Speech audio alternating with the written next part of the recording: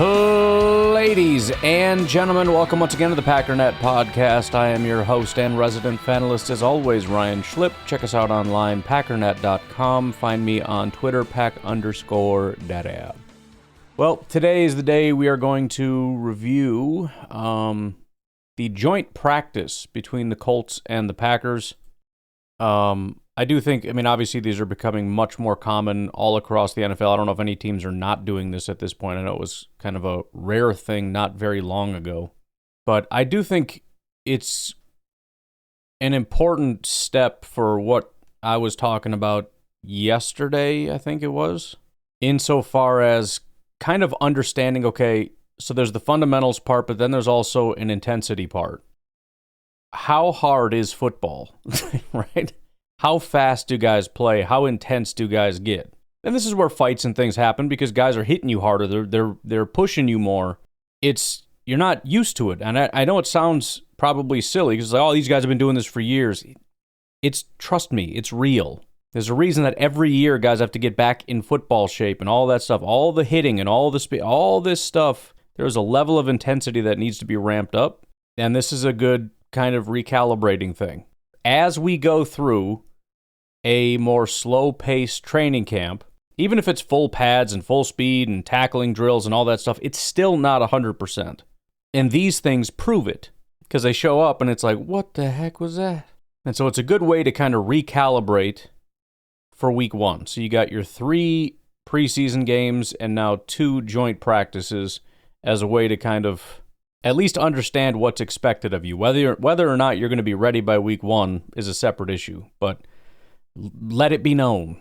All right, so today, very similar to the other practices that we've done, I did add some Colts reporters, the ones I was able to go out and find. So there's going to be some Colts-centric content, and obviously there's going to be some bias and whatnot, probably on both sides, I would assume. But you're going to have Packer reporters talking about Packer players and Colts reporters talking about Colts players, but they provide a pretty comprehensive picture of what happened, and that's what I want. Alrighty. Packers head coach Matt LaFleur confirms Jordan Love's surgery went well. He's in good spirits. I hate that they... Why do you guys say it like that? Was it a minor procedure, or is his life on the line? He's in good spirits. He made it through. Don't tell me he's in good spirits. Just he's freaking fine, dude. It was a little tweaky thing. He's fine.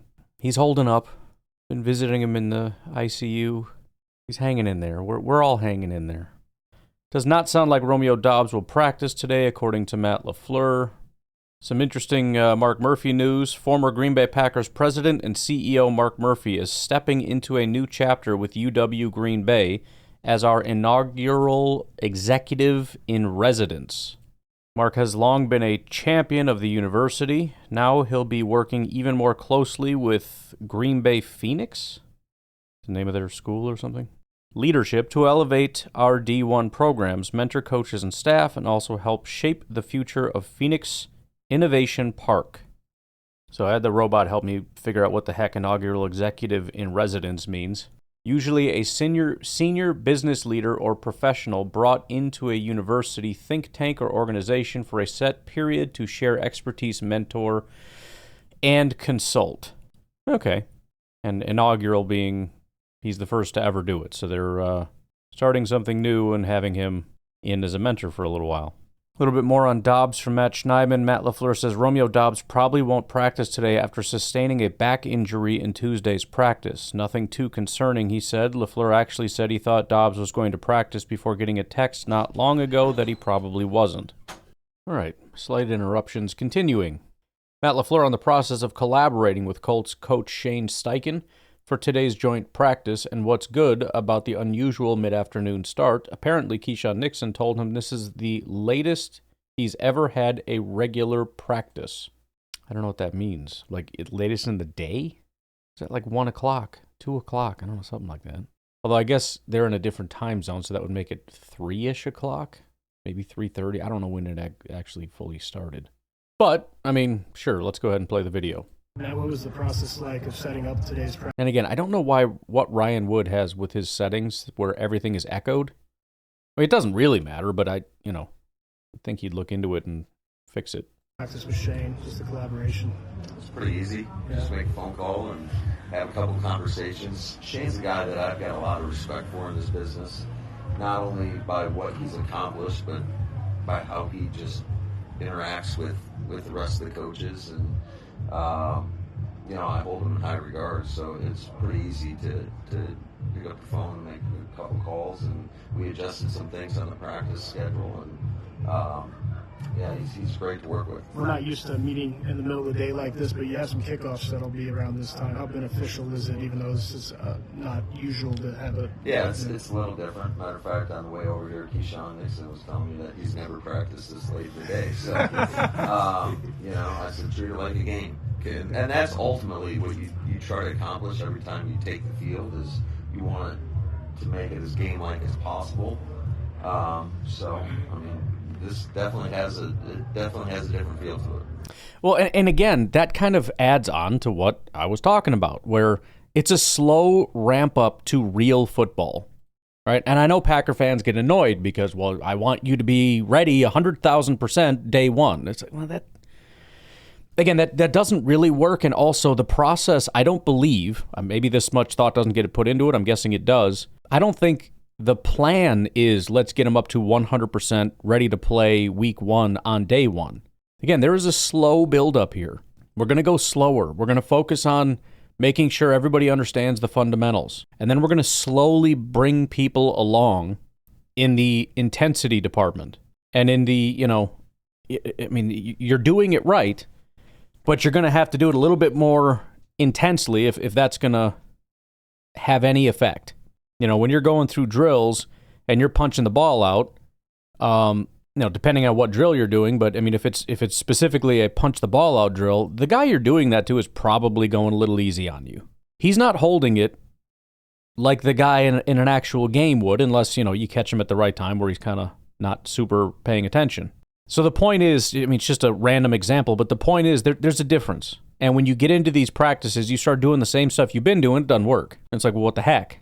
And so it's a slow introduction of, so now you know what to do. You just got to ramp it up a little bit. Same with the practice, right? Oh man, this is so late. Well, games are late. You know what I mean? So we got to start getting used to exerting ourselves at afternoon times. I know you're not used to it. It's time to start getting used to it.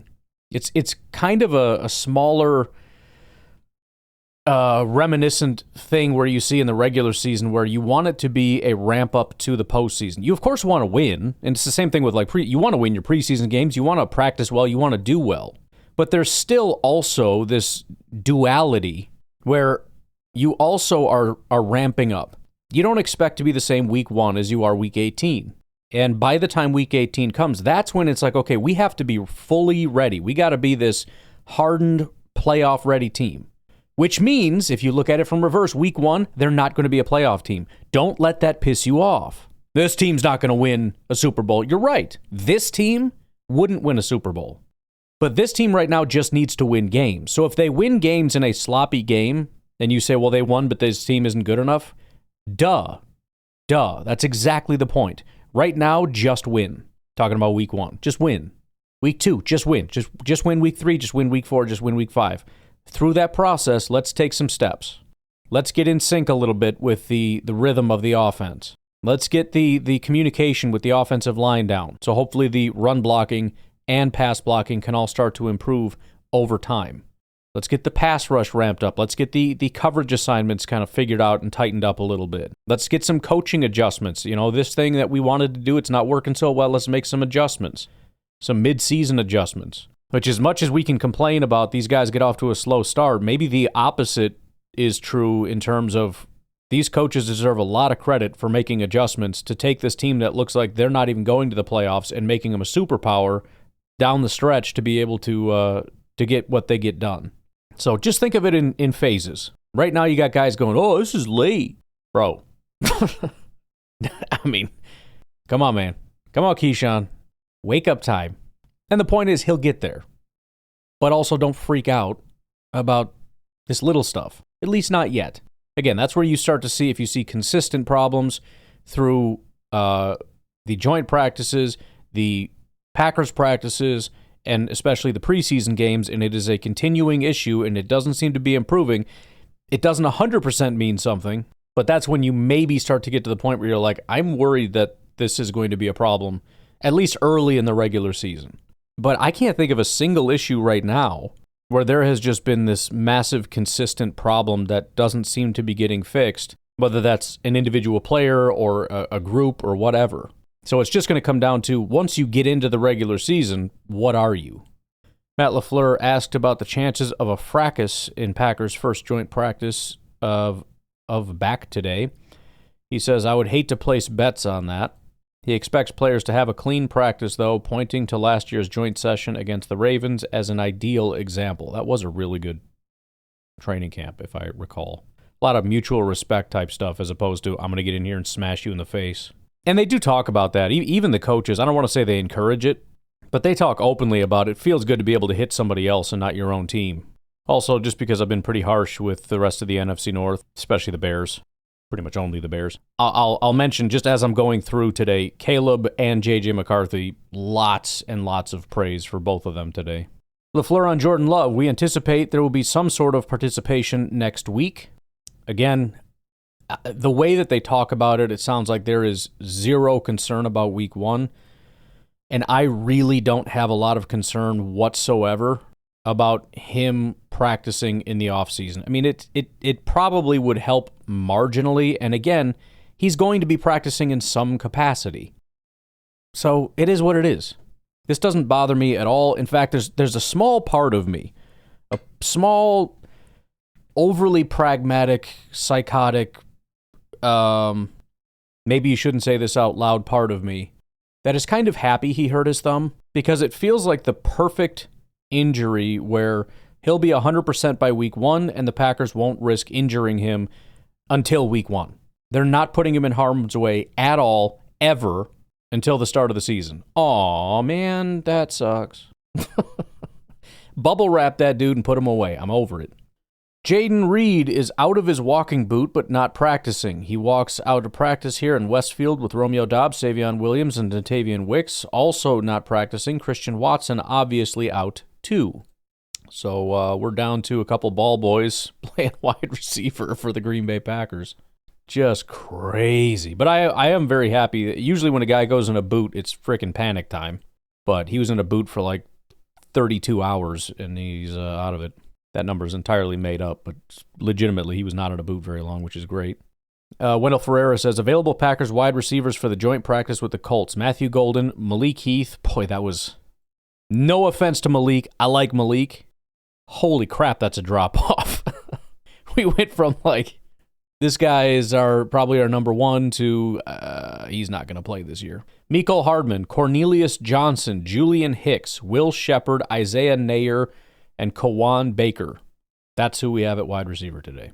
Jordan Love, for the record, is wearing a cast. I don't think there's any reason to be concerned about that. It's just about making sure he doesn't move it so that it can repair as perfectly and, quickly as is humanly possible. So don't need to really panic about it, although it is panic-inducing to see your starting quarterback as we creep toward the regular season not practicing and having a cast on his arm, even the non-throwing one. But again, it's fine.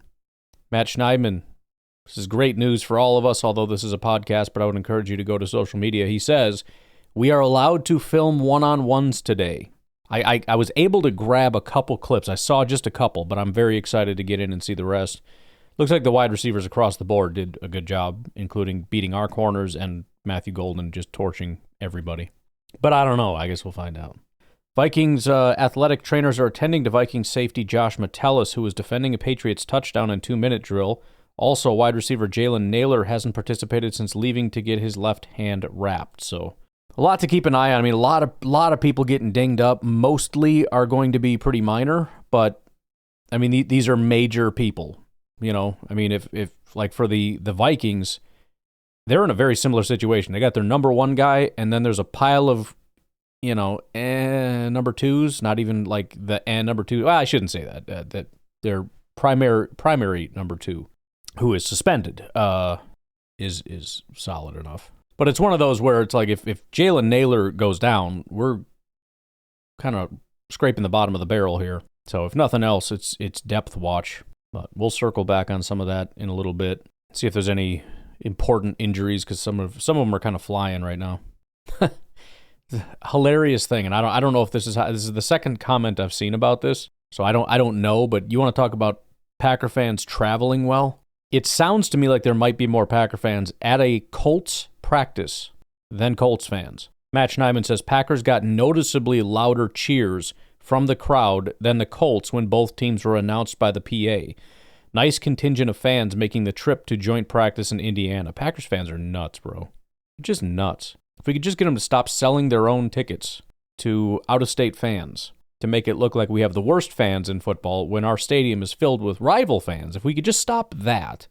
Travel well to practice, but we can't fill our own frickin' stadium. Actually looks kind of cool. The training camp event, they got like stuff set up for the kids. Looks like bounce houses, slides, that kind of stuff. That's pretty cool. Apparently, according to Stephen Holder, Colts NFL reporter for ESPN, says that this is the hottest training camp practice they've ever had at Westfield. That's never good. All right, why don't we take a break here? We got update on some of the injury stuff here from Wes Hodkiewicz. We will cover that on the other side. We'll be right back. Welcome to Packers training camp practice number 15, the joint one. Wide receiver Savion Williams is also not practicing today. Returned, running back Israel Abanikanda, returned from a hamstring injury. Not participating, Romeo Doubs, Jordan Love, Zane Anderson, Xavier McKinney, Jaden Reed, Dontavian Wicks, Nate Hobbs. Pup list, wide receiver Christian Watson, defensive end Oliver, and offensive lineman Williams. Why do you continually pop up Facebook friend suggestions? I haven't added a friend on Facebook in over a decade. I'm not even kidding. I don't know anyone you're recommending to me. I don't know who these people are. They're all female. You're going to get me in trouble.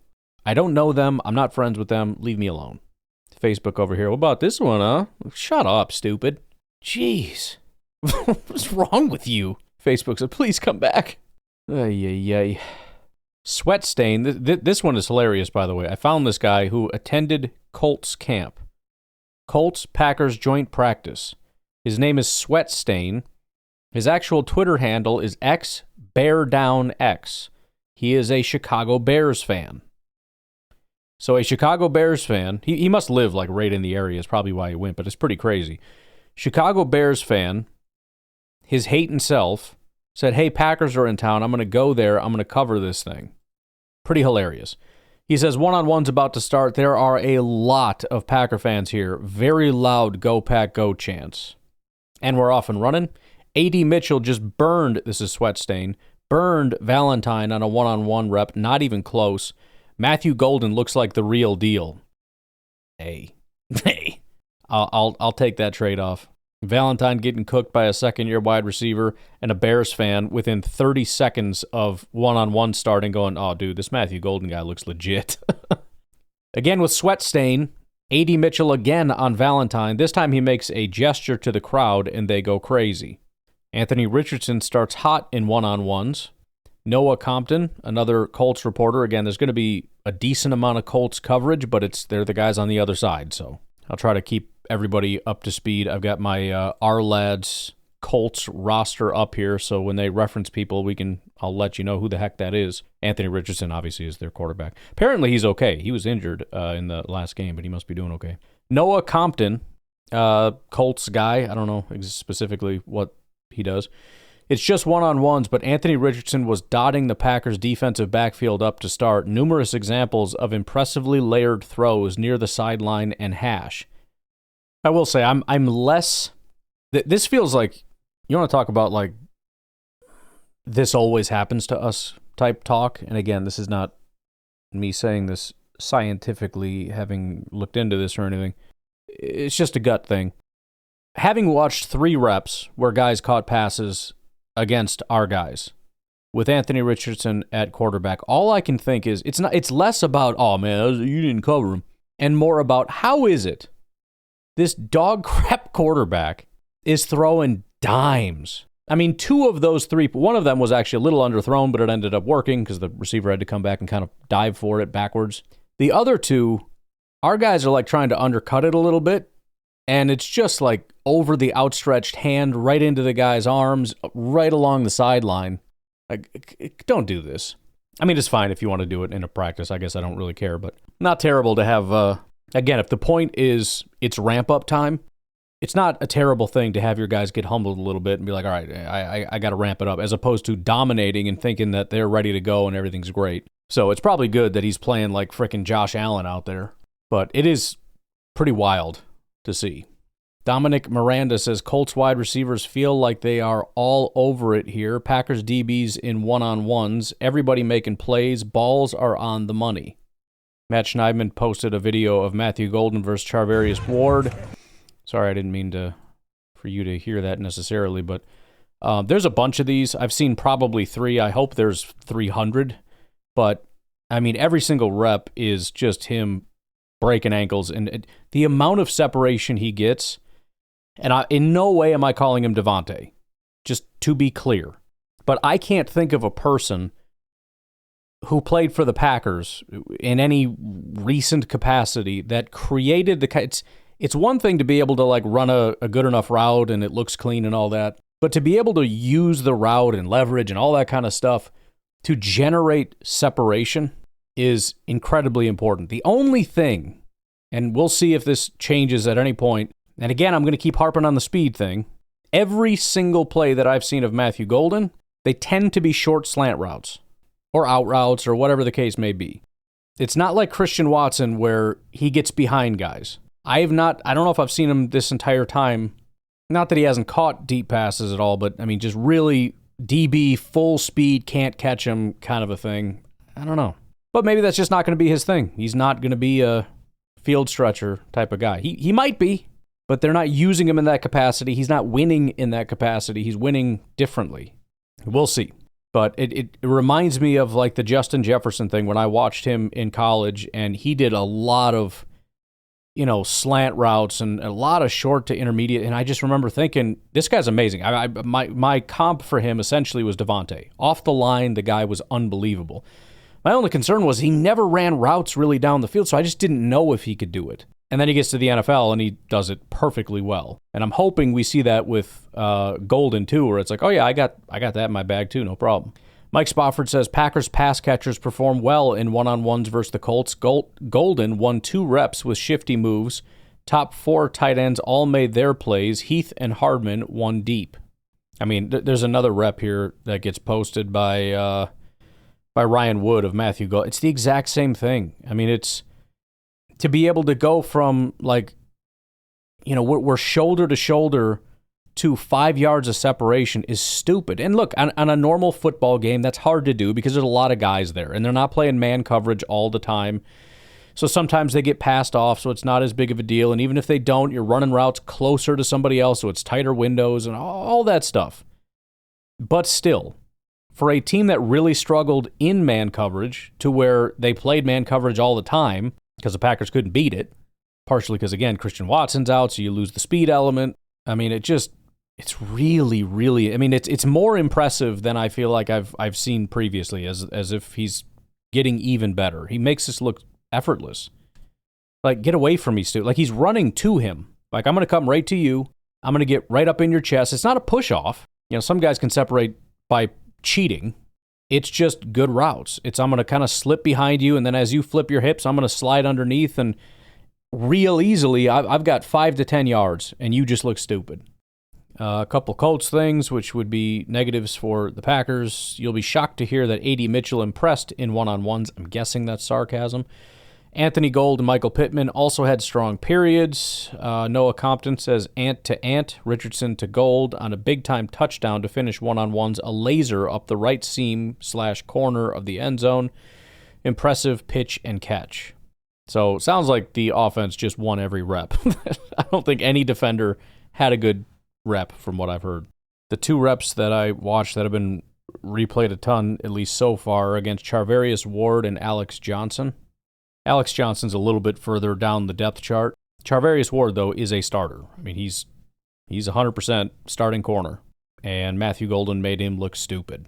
It's one of those things where the ball was kind of behind him a little bit, where he had to slow down and then reach, kind of do a little twisting turn behind his back, and it still didn't matter because he had so much separation. He can kind of slow that down and just go right on his way. I mean, it's just too easy.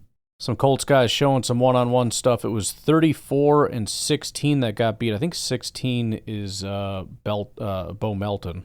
Yeah, Bo Melton got beat, again, on one of those short crossers. The deeper one was, and I couldn't see because the cameraman just was sleeping, decided not to follow them down the field. But 34 would be Kalen King, just for reference. Mike Spofford says, Golden, almost impossible to cover one-on-one. When he makes inside-out or outside-in move at the line, he beats Colts top corner Charvarius Ward easily on the first rep. Any type of free release gives Golden all he needs. Ryan Wood says, from what it sounds like, it was a draw between Packers and Colts wide receivers and how much they whipped the other team's DBs in 1v1, a drill that heavily tilts offense, which is entirely true. That's why, again, negative fans are going to, oh, see our DBs. Okay. Well, if you're going to say that, then you better say we have the best wide receivers in the world, even these backups who just cooked all their DBs. So I guess Malik Heath and Mecole Hardman and Isaiah Nayer and Will Shepard, those guys are elite, right? Freaking calm down. Bo Melton and Micah Robinson, both on number one kickoff coverage. Colts guy showed a 1v1 of the deep touchdown pass to Anthony Gold for a touchdown. That was against Oladapo. Relatively tight coverage, but it's NFL open, and it was just a perfectly thrown ball. Oladapo decided to push him when he was like shoulder to shoulder with him, as opposed to like turning around and playing the ball, and it just pushed him right into the ball. So I don't know why he did that, and it would have been a penalty, but whatever. Wes Hodkowitz says Oladapo, Williams, and Bullard, all with the ones in nickel. Presumably it's Oladapo and Williams at safety, Bullard in the slot. Richardson is in with the starters for the Colts' first 11-11 session versus the Packers. Rashan Gary came to practice, gets a sack of Richardson in team, a pair of good run fits by Simmons in twos. By the way, I should mention this. We can talk maybe a little bit more in depth about this later, but I've mentioned him before. There's a guy that goes by Ricky. Ricky Scoops, at Ricky Scoops on Twitter, if you'd like to find him over there. He's got somewhat of an interesting reputation. He's one of a few guys that are kind of like, I guess you'd call them fake insiders, if that's even fair. Quasi-insiders, or whatever the term would be.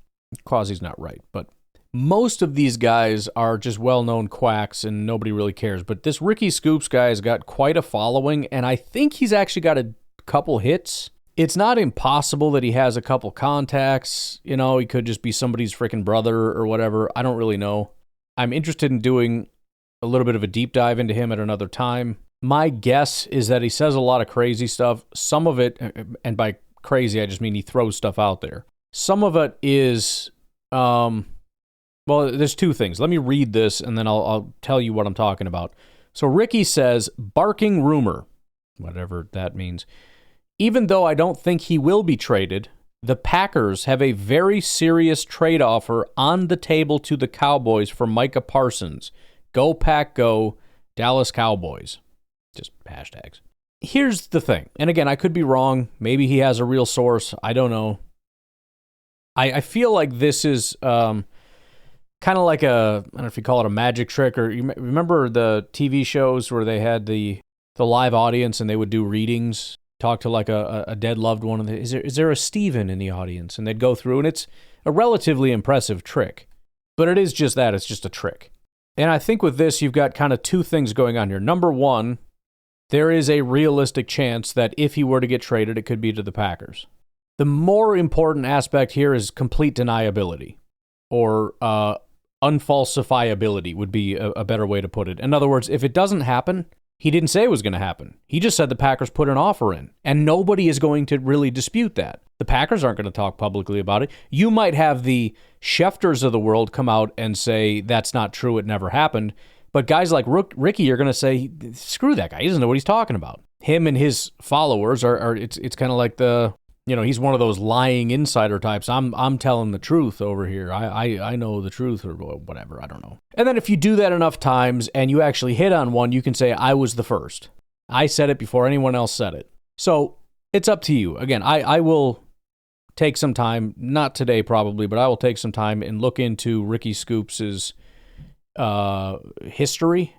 I'm guessing it's a lot more bad than good, and a lot of his followers and believers are followers and believers because, again, that trick where it well, he got this right going back to, 2019, but it's out there for anyone interested. And to be honest, it would almost be surprising if the Packers didn't. I mean, there's really only two options here. The Packers reached out and they asked, and the Dallas Cowboys said, don't even bother, we're never trading him.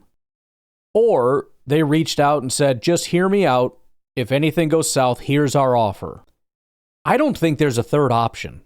There's no world in which they didn't call. There's no world where they're not interested. Even the negative fans, I'm sorry, as much as they would, maybe overlook a 32-year-old guy with an injury history and all that kind of stuff, the Packers would never overlook a guy like Micah Parsons ever. He is a prototypical Brian Gutekunst, Ted Thompson guy. The Packers might be one of the least to jump on all these different things, but you talk to me about a young guy at the top of his game. The Packers 1,000% want to go all in for those guys like Xavier McKinney and Josh Jacobs. They're looking at the rest of the league going out and getting guys like Aaron Jones. And that's a perfect example, by the way. They have Aaron Jones. They love Aaron Jones, but Josh Jacobs is there, and they're like, yeah, bro, love you, but see ya. So, yeah, the only other third option would be they're monitoring the situation, but I don't know why they wouldn't call. Even if it's not like Gutekunst to Jerry Jones specifically. Somebody down the chain called somebody down the chain over there, like, so what's going on, man? At a bare minimum. And it wouldn't be surprising if pretty much every team around the NFL called, and pretty much every team has some level of an offer at least ready to go, if not on the desk of the Cowboys, whether they're willing to receive it or not. Just here's what it is. I know you don't want to hear it. I get it. That's fine. Just take it and do whatever you want with it. Just glance at it before you throw it in the garbage, please. Couple updates here from Mike Spofford. Colts linebacker Franklin shoots a gap on the first Jacobs run. No way to know if he gets him down. If not, Jacobs was around the edge.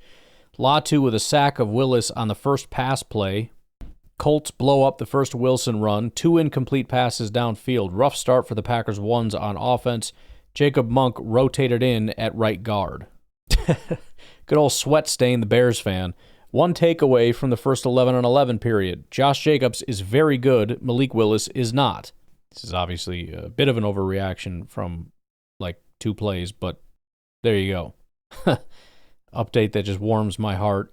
Mike Spofford says, Anthony Belton at right tackle with the 2s, showing he's a run blocker no one wants to deal with. I want him to be a bully so bad. Just a mean frickin' guy. Oh boy. Update from over at Rams camp. Oh man, Jimmy G just threw a hospital ball to Devontae Adams.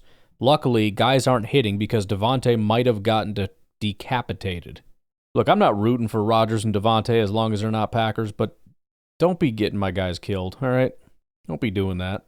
By the way, just another reason why everything should be taken with a grain of salt and not whatever.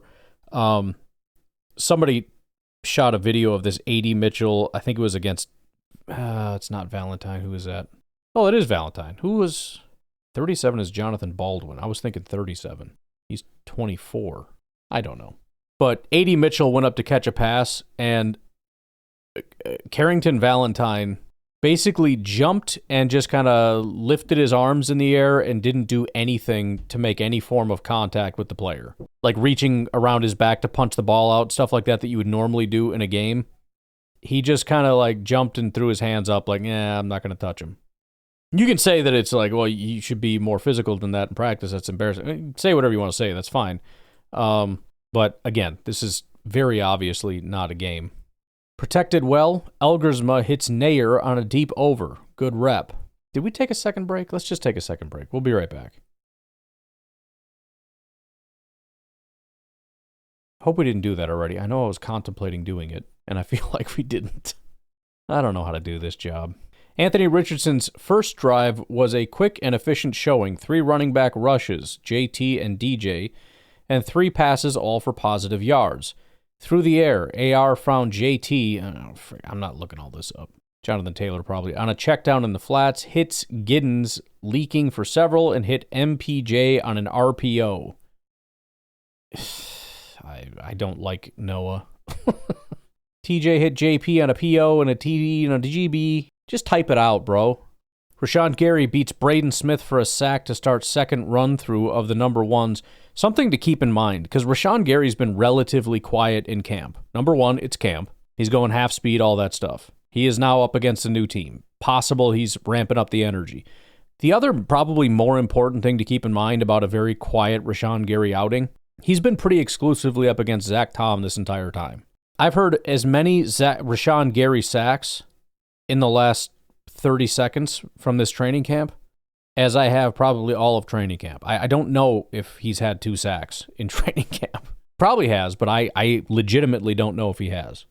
Ryan Wood says, good start for Packers defensive line against the Colts offense, especially against the run. Then Rashan Gary comes around the edge for a sack. And now Van Ness gets around to left tackle for a sack of Jones.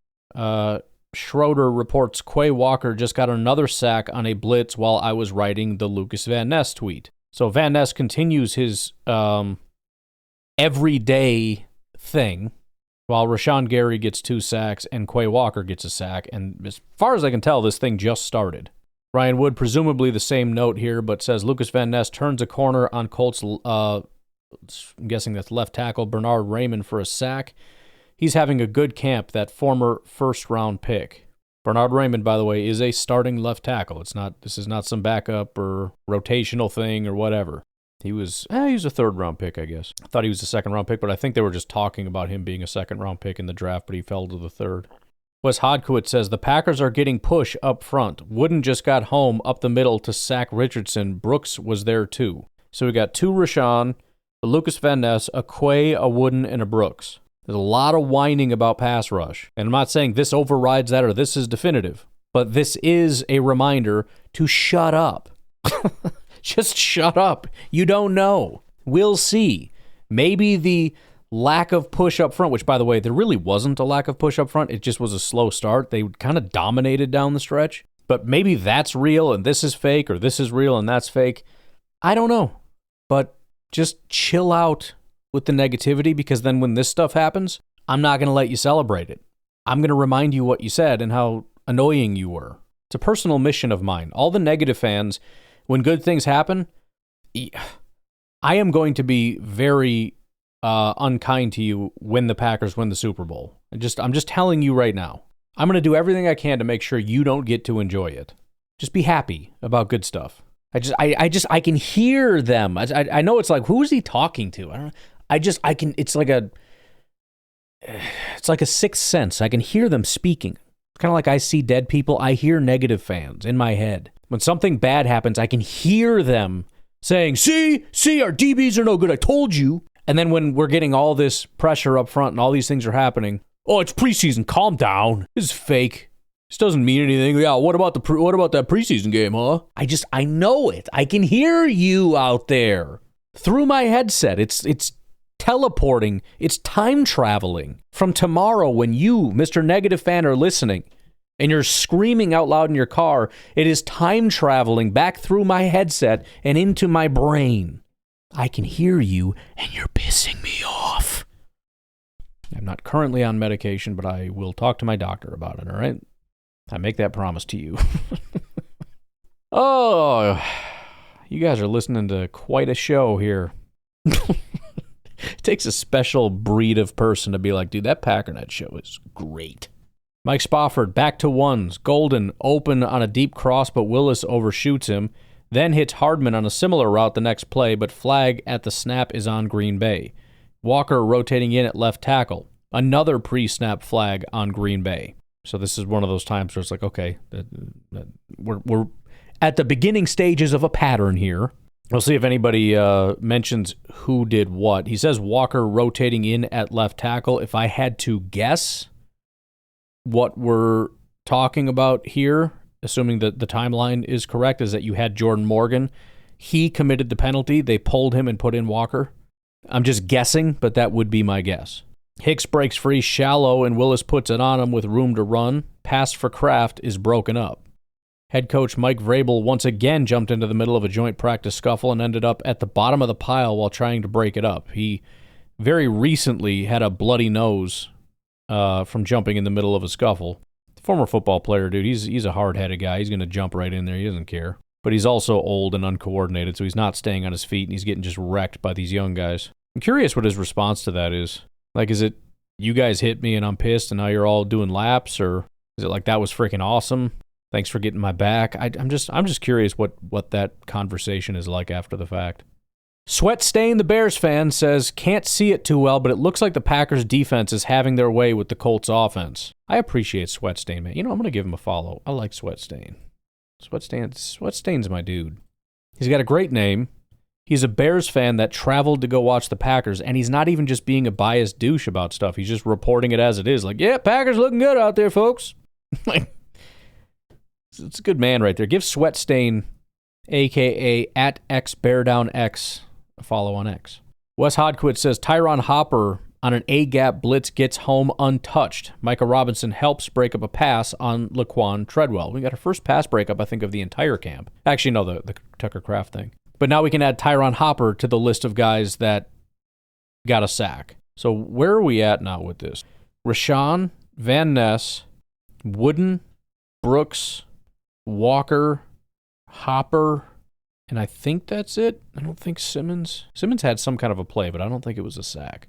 Stephen Holder, Colts' first and second team offensive lines have been getting whipped by the Packers' defensive front thus far. It's early, but man, this ain't good. It's so great to be on the other side of this for once. Do you know how many years we did joint practices and how many years we went into it saying, we're the tough guys, we're going to be tough now, and just getting embarrassed by other teams? Like I said before, the Patriots, I think it was, screaming fake tough guys the whole time. Again, this is nothing is definitive here. But it feels good to have the Packers go into somebody else's house and have the Colts on their back heels going, boy, oh boy. Number one, these Packers are freaking tough, and number two, we got some work to do. It just warms your heart, you know? Choose to believe it to whatever degree you want to believe that it translates to the regular field. That's entirely up to you, but it feels good. Allow it to warm your heart a little bit, you know? And again, that's a Colts guy. Stephen Holder, Colts reporter for ESPN. Dominic Miranda, Emmy-nominated sports anchor. For what, I don't know, but he just is. Colts offense looking very poor against the Packers right now. Quarterback's not getting much time at all. No movement, no flow. For ones or twos, not a great first period at all. I'm going to get up and just dance right now. I'm going to stop reading. We should just end the podcast. I don't want to know what's going to happen. I don't need to hear about how things changed. This is it. Wrap it up, folks. We're done. Goodbye. All right, let's press our luck a little bit here. You ever watch that show, Press Your Luck? My family's become obsessed with it. It's a game show. It's the whole whammy thing from back in the day, but they brought it back. And the host, hilariously, is the chick from 40-Year-Old Version. I looked her up and found out, like, how do I know her? That's the only place I know her. She was the librarian lady, the whole, I'm going to put my bike in it, where he was hitting on her by just, like, repeating things back to her. She is the host of the show. She does a good job. It's a good show. It's fun. Watch it, all right? Just do it. Don't ask me stupid questions. Ryan Wood says, if the first team period is any indication, doesn't matter who starts at quarterback for the Colts this season, they're in big trouble behind that offensive line. Packers defense just had 5 sacks, and these were easy calls. Jeff Hafley has to be awfully happy with that. And to be clear, there's no real red flags here on the offensive line. Bernard Raymond, who Lucas Van Ness beat, was the 8th highest graded tackle in football last year. He is a good football player. To his right is Quentin Nelson. He's been a little up and down, but he was the 4th best guard last year. There's a few other guys that are kind of iffy. They're mid-60s. You got Tanner Bortolini, but he was a 4th-round pick and a rookie, and he had a 65 grade, 16th overall, so right in the middle. Not bad at football at all. Matt Gonclaves was a 3rd-round pick last year, so he's going into his 2nd year. He had a 66 grade at guard, and then off the right side, you got Braden Smith, who took a huge step back last year, presumably due to injury. He played about a half a season.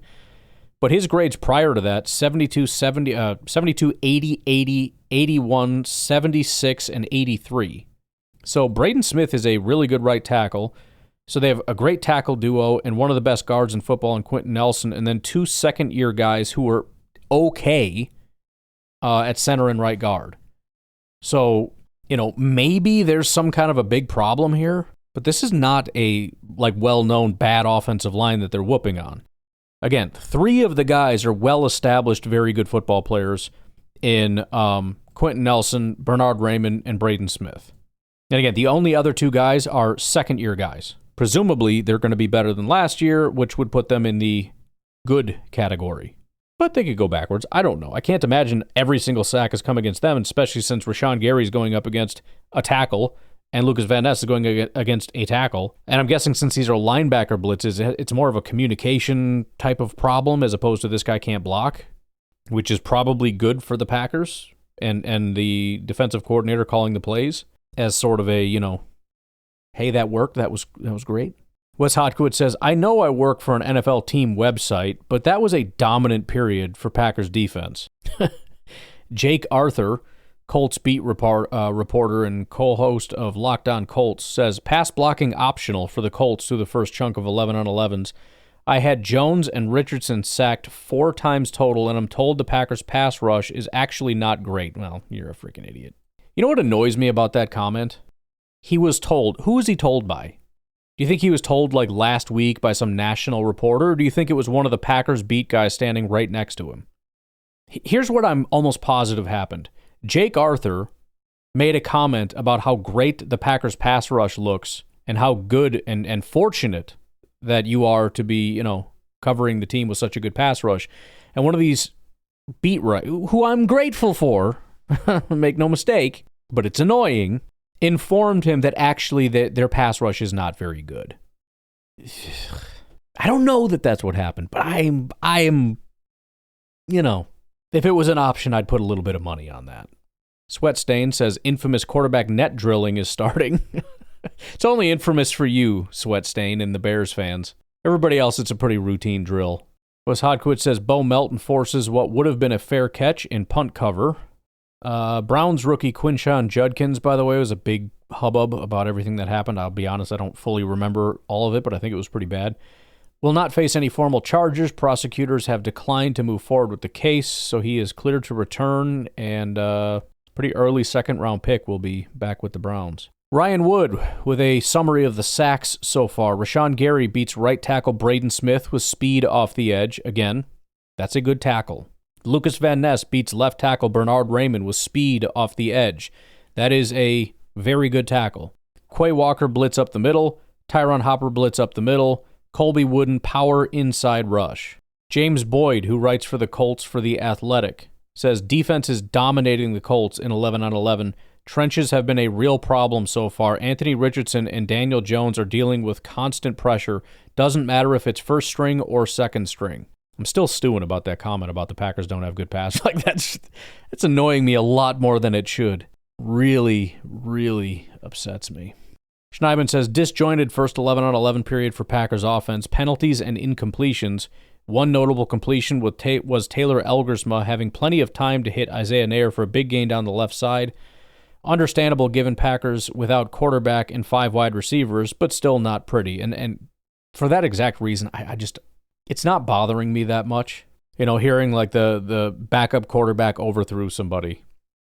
Okay. Again, I'm the guy that says, look, if our starting quarterback is done, then our season is done. So it is what it is. Obviously, Malik came in and dispelled that to some degree, but I just, if Malik or anybody else is playing, we got bigger issues. And it's not to say I don't like Malik, but the fact that we don't have Jordan is troubling. So hopefully we just don't have to worry about it. And again, we're talking about Taylor Elgersma to Isaiah Nair. What happened? Did you throw it short or was it dropped? Okay, because neither of them is going to make the 53-man roster. All right. Schneidman says, no scuffles, but Tucker Kraft got in Zaire Franklin's face after the play. I'm standing behind big humans on the Colts sideline, so didn't see exactly what happened. Play was an incompletion where Matthew Golden ended up on the ground. Oh, boy.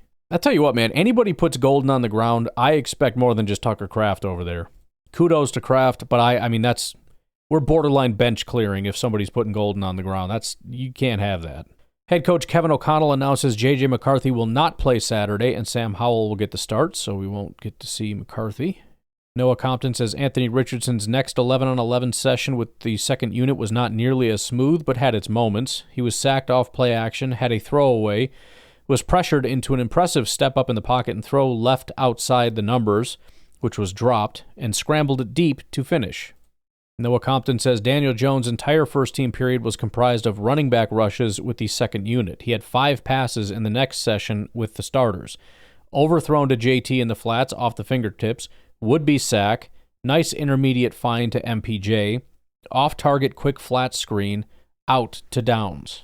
Matthew Stafford update, will work out on Saturday. McVay said the workout will be similar to what he did August 9th. Hopefully his back responds a little better. That is a really unfortunate situation for the Rams. I know they won a Super Bowl, so it is what it is. But they are on the precipice here. They built a team that I feel like not only could be good for kind of a long time. And their quarterback options are Stafford or bust. And Stafford is borderline busted. So obviously I'm not rooting for any kind of injuries or whatever to Stafford, but I am a little concerned about the Rams team, and if Stafford is not at 100% and possibly just can't really play, that's just football, boys. Play enough to maybe get the number 19 pick in the draft and no good quarterbacks, and, is what it is. With a garbage bucket in the back corner of the end zone, Willis hit the rim twice in a row from the 15-yard line. All right, there you go. Daniel Whalen is doing great, even fantastic, I'd say. Melton and Valentine are number 1 jammers on special teams. Yeah, Cheesehead TV posted, by the way, fantastic content that they post over there. I always watch in awe, because I look at it and I'm like, how do you think of that stuff? I don't understand. But just overly serious comment that is unnecessary, but just to reiterate, because this is going to be a narrative that's going to annoy me. They posted, the Packers defense, when it's time to play a bad offensive line, and it's, basketball players just dominate. I think, that's USA team in the Olympics. I was thinking it was Harlem Globe. Dominant is the bottom line. It's not a bad offensive line. I have a feeling that there might have been a narrative prior to that it was a bad offensive line, probably for the same reason that we heard this about the Bears for the last 2 quarterbacks, because they have a guy in Anthony Richardson that holds onto the ball for a very long time. And anytime you have a quarterback, especially mobile quarterbacks, who like to make plays behind the line of scrimmage, most notably the ones where they get sacked, they usually don't take as much blame as they should, and the offensive line is considered bad because people look at the number of sacks and they say, well, that must be terrible. Sorry, there's no reason. It's not the Eagles, but it's not a bad offensive line at all. Wes Hodquist says either Tyler Common or Ladarius Tennyson, whichever 43 that was, punched at the ball on punt coverage and Keyshawn Nixon stood on business. I got to be honest, I don't like when the old people reporters speak in like Gen Alpha language, because I don't know what they're talking about. What happened? What does that mean? He stood. Somebody punched at it and it didn't come out. What do you mean he stood on? I don't know what that means. And why are you doing that? I'll always think of like when like Sweet became a thing, and I was, how old would I have been at the time?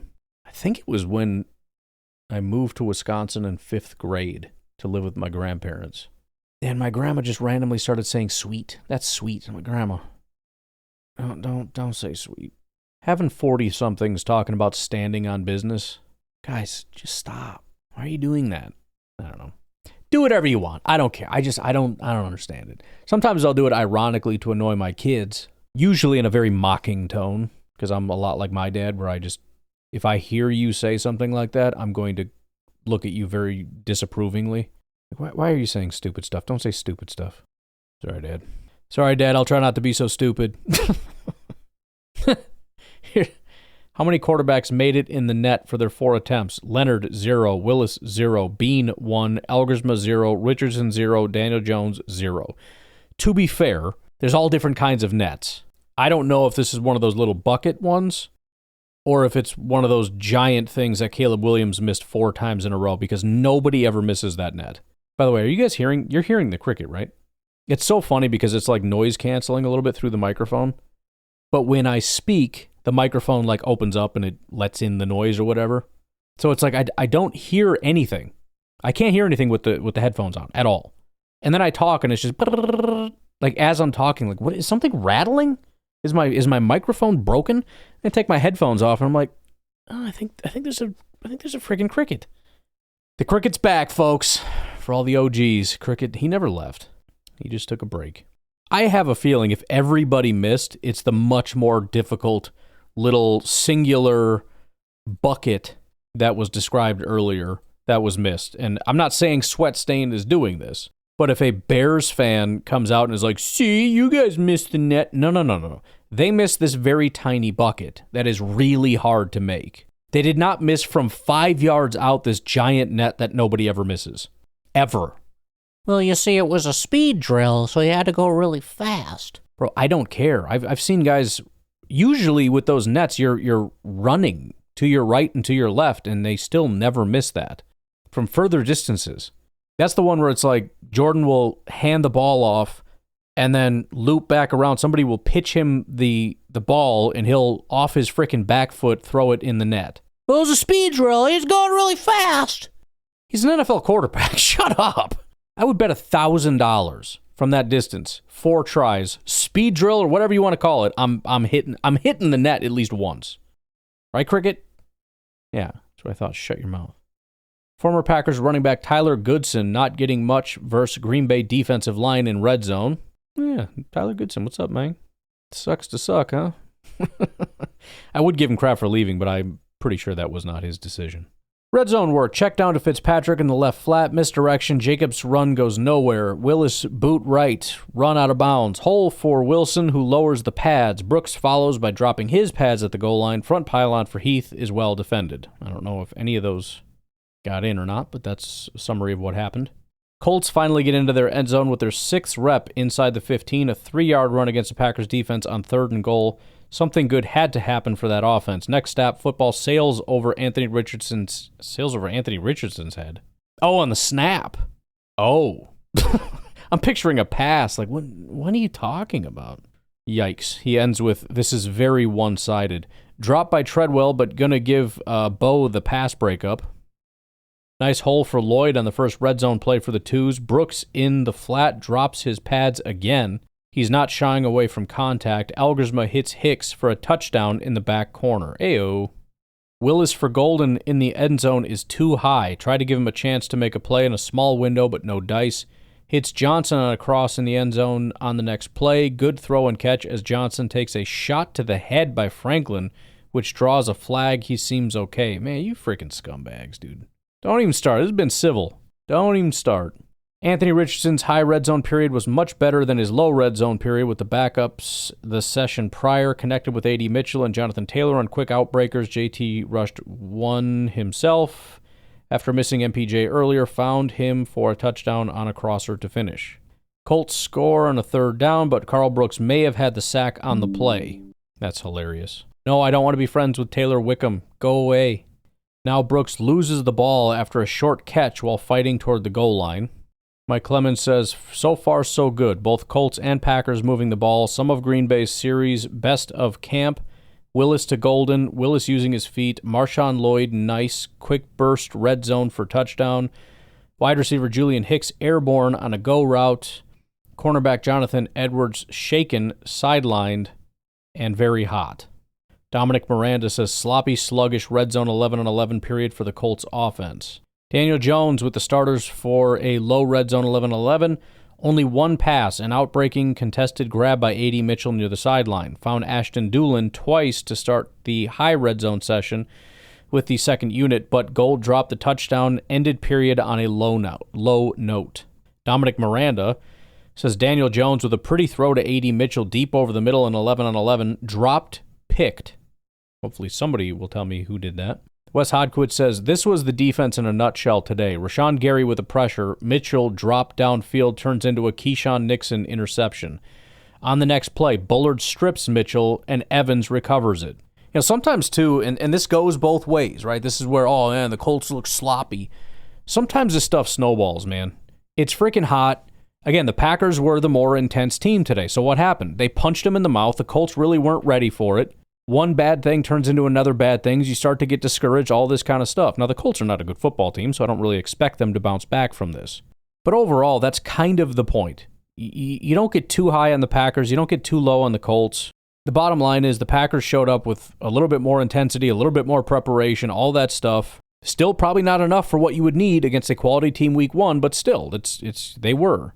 And once you kind of catch a team off guard like that, you kind of just, you do whatever you want to them. Ryan Wood covering those says Keyshawn Nixon with an interception, picks a pass off a deflection, dropped by Adonai Mitchell over the middle. Next rep, Mitchell catches a slant. Bullard rips the football out. Mitchell was on the ground. Evan Williams recovers the fumble. Richardson goes deep, and Jonathan Baldwin flies in front of the receiver for an interception in twos. Boy, oh boy. Don't mean to disparage Jonathan Baldwin, but I haven't heard a ton about that guy, and even he's picking these guys apart. Spofford says, back to full field. Finally some room for Jacobs up the middle. Colts thought they had an interception off a low deflection, but officials rule it incomplete. Willis can't find anyone, and pocket collapses. Protection was there initially. Downfield shot for Golden. He reaches back and can't haul it in as contact arrives. Tough one. It's annoying that Golden, it sounds like all these have been off. They're trying to hit Golden, and the passes are just not where they need to be, and he's getting himself freaking hurt out there with these stupid passes. I'm not there, so I can't see it. I'm just going based off what it sounds like is being described. Nice sidearm completion to Kraft with pressure in Willis's face. End zone shot for Heath is broken up as two defenders converge. Jonathan Baldwin, again, we heard this already, but Jonathan Baldwin picks a deep pass for Anthony Gold for Anthony Richardson. Well, it would have been a pick if Brenton Cox Jr. hadn't sacked Richardson first. This is pure domination from Packers defense, he says. So we can add Brenton Cox to the sack group. Now we got Josh Downs walking off the field with a trainer. Doesn't really appear to be limping or anything. So we got a Colt down. Lucas Van Ness sack again. Malik Heath on an out route to the pylon in red zone. Pass from Sean Clifford, touchdown. Heath on a go route, 40 yards along the sideline, beats double coverage. Great pass by Willis. Incredible deflection by Colts cornerback, incomplete. Been that way for Heath this camp so far. Nair rises on a crosser and pulls down Clifford's throw. Tough grab. Big wide receiver has been showing up lately. It's pretty much since he got here. I have no expectations that he's going to make the 53 or any of that stuff, but he's made a name for himself. Now we got Baron Sorrell with a sack on Richardson as he just dirts it. Add Baron Sorrell to the list. Nice misdirection run by Abanikanda, who is back from his hamstring injury. Andy Herman says practice MVP so far, DeMarcus Covington. Love that. It's our defensive line coach, for those that are not positive. Field goal time for McManus, who drilled one in warm-ups from 55 right down the middle with plenty to spare. With Colts on the field, good from 38, 44, 47, and 56, again with plenty. Impressive. My goodness. They're pushing the guy back to 55 and 56, and he's still drilling these things. I really hope this holds on. I mean, it's too perfect to say that I expect it. But, I mean, to have a kicker that's automatic from any distance is a thing I don't know that we've ever really had. I mean, Mason's been great, and I mean, they've all had good years, but nobody has ever, in the history of kickerdom, been this good at kicking footballs.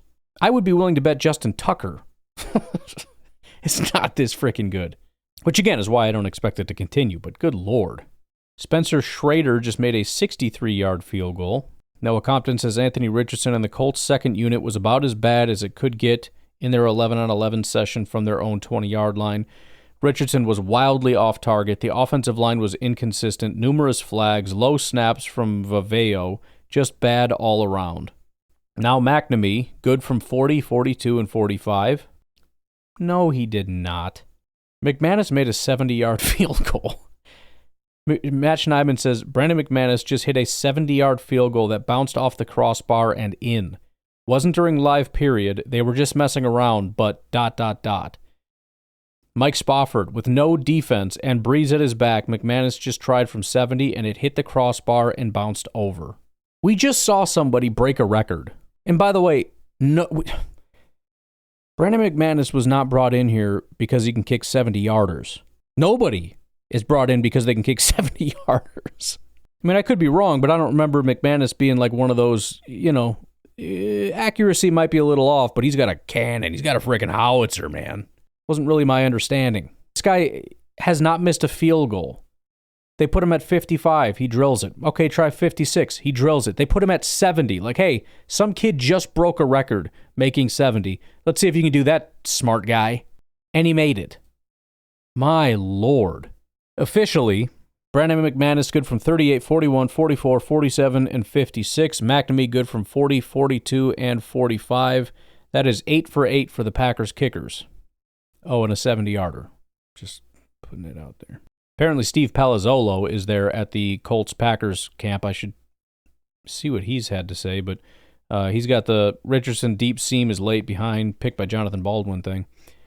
This is going very long for some reason, so I don't think I'm going to go hunt down Palazzolo's tweets, but Packers' first offense in 2 minutes. Deep shot for Golden, incomplete. High pass for Kraft, goes off his hands, incomplete. Middle seam for Musgrave, but it doesn't know it's coming. Colts D wins. Well, that was lovely. Just a quick 3 and out. Sweat stain, team 11 on 11.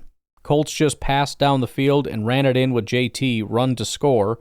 Packers go 0 for 4, and it's turnover on downs. Isaiah Simmons just picked off Daniel Jones to end 2's 2 minute. Schneidman says it's not pretty for the Packers offense today. 4 and out for the starters in 2 minute with the 3 incompletions and a sack. Sounds like both defenses are winning the day. Yeah, Isaiah Simmons picked off Daniel Jones. 2 former Giants. That's kind of funny. Elgersmug gets 2's in 2 minute, hits Wilson in the flat, then underneath, another to Wilson outside, ball near midfield. Sims catches, low one, sideline incomplete, sack. That's it. It looks like that is it for training camp. So, again, in the one-on-one sessions, the offense dominated. In the team sessions, the defense is dominated. It sounds like the Packers significantly more so. Not to mention, again, our starters are Malik Willis and, aside from Romeo Doubs, like our 5th and 6th and 7th receivers. Good quote from Zach Cruz says, I learned today that if the Packers lose Jordan Love and 5 of their top 6 wide receivers, they might be in trouble. One final note before we get out of here. I mentioned the other case that was going on. There's another one here. Isaiah Bond was a highly touted prospect entering this year's NFL draft, but proceeded to go undrafted following his arrest. Now he's free to sign with any NFL team. Some context on that. Sexual assault charge case against former Texas wide receiver Isaiah Bond has been no-billed, and he faces no further criminal charges, his agent, Damian Butler, told ESPN on Thursday. Now, you can start with the whole, yeah, but Packers don't like guys that have that kind of a thing or whatever. That's not true at all. When they're given a clean bill of health, so to speak, I mean, how do you think we got our kicker? There's been several guys where there were some questionable things and the NFL didn't pursue and legal things and all that, and the Packers kind of did their own investigation. They're like, all right, cool. Also worth noting, and again, I don't mean to say Golden has no speed or anything. It just hasn't been proven yet. You know who did have speed on that team that played with Matthew Golden? Isaiah Bond. Isaiah Bond was on the other side of the field from Matthew Golden. Isaiah Bond was that speed guy. The Packers are down wide receivers significantly. I'm still of the opinion they don't really have that deep speed guy on the opposite side. I think Golden, Reed, Isaiah Bond is a beautiful setup. Now, again, if there's any validity to these charges, obviously I don't want them. I'm going off the assumption that the charges were dropped for a good reason and that he wasn't guilty and this has been a terrible injustice and all that stuff. I don't know. Just moving forward with where we're at right now. I was never a massive Isaiah Bond guy, but boy, would I be excited to have the 2 Texas receivers reunited with one guy already showing out. The only thing I think we might be missing is that speed threat on the outside, absent Christian Watson. And if Isaiah Bond can legitimately be that guy and we can get him in here, holy crap. I don't mean to put Christian Watson out like that. It is what it is. We'll let these things sort themselves out. It's kind of like drafting Morgan and Belton. I don't know, dude. They're good. We'll see how it goes. Somebody's not going to make it. Such is life. Matthew Golden needs to get on the phone, tell him this place is awesome. We need a speed guy. Everybody here is hurt. We're going to go win a Super Bowl. They've done great things with me, etc., etc. And see about getting Mr. Bond in Green Bay. I mean, legitimately. I think they need to consider that. All right, I am being summoned to put the kids to bed, so why don't we end it there? To my knowledge, there is no practice tomorrow, so we'll do whatever it is we're going to do. And then followed by Saturday at noon, Packers will play the Colts. You also have the Vikings, Patriots, and Lions, Dolphins at noon. Bears will play on Sunday at 7 p.m. against the Bills. Following week, again, we've got the practices going on, followed by the Seahawks joint practices will be in Green Bay. So I don't know if they're going to do the Monday, Tuesday thing, kind of like before, with the closed practice on Monday, day off Wednesday, joint practice Thursday. I don't know. But that'll be a Thursday, Bears and Vikings, Saturday, Packers, Seahawks. So pretty loaded up here, folks. And then, as I said, we'll be taking a little family vacation that next week, the dead period, and I don't think I'll be doing the podcast, would be my expectation. Just going to actually take off. I always say I'm going to try. I'll bring the laptop and all that, and I haven't been doing it recently, and I think I'm just not going to bother this time. I'll be around. I'll be working on all my stupid little projects, trying to get them ready to go. By the way, I've got a freaking very excited about the upgrade to PackersGames.com. If I can get it working, I think it'd be a pretty friggin' sweet addition. I also just had another thought that I'll probably stick on Packers Games that I thought would be kind of funny if I can get that to work. I've got another website I've been working on for NFL stats. I've got another one for the NFL draft, with the idea being, all of them are up and running by week 1. So we'll see how that goes. Packers Games, it'll be ready. It's basically ready now. Again, there's fun little tools on there you can screw around with. Stats one's coming along pretty quick. That one's looking pretty slick. I just got to get more, I want more stats on it, and I want player individual stats. And if I can get the layout and look and all that, it'll be a really awesome resource. And then the NFL draft one is really tough, but it's really close to being where I want it. But that one's going to be tough to have fully up and running and ready. But I am going to start having people on, I think on Patreon, what I'll do is I'll just start inviting people that are on Patreon to come check out the sites and play around with it and see what they like, don't like, whatever. Again, PackersGames.com right now, you can go screw with that. And if there's any thoughts or questions, comments, concerns, you can reach out. But for the other ones, we'll keep that little closed door for now. All right, I'm out of here. You all have a good rest of your day. I'll talk to you later. Bye-bye.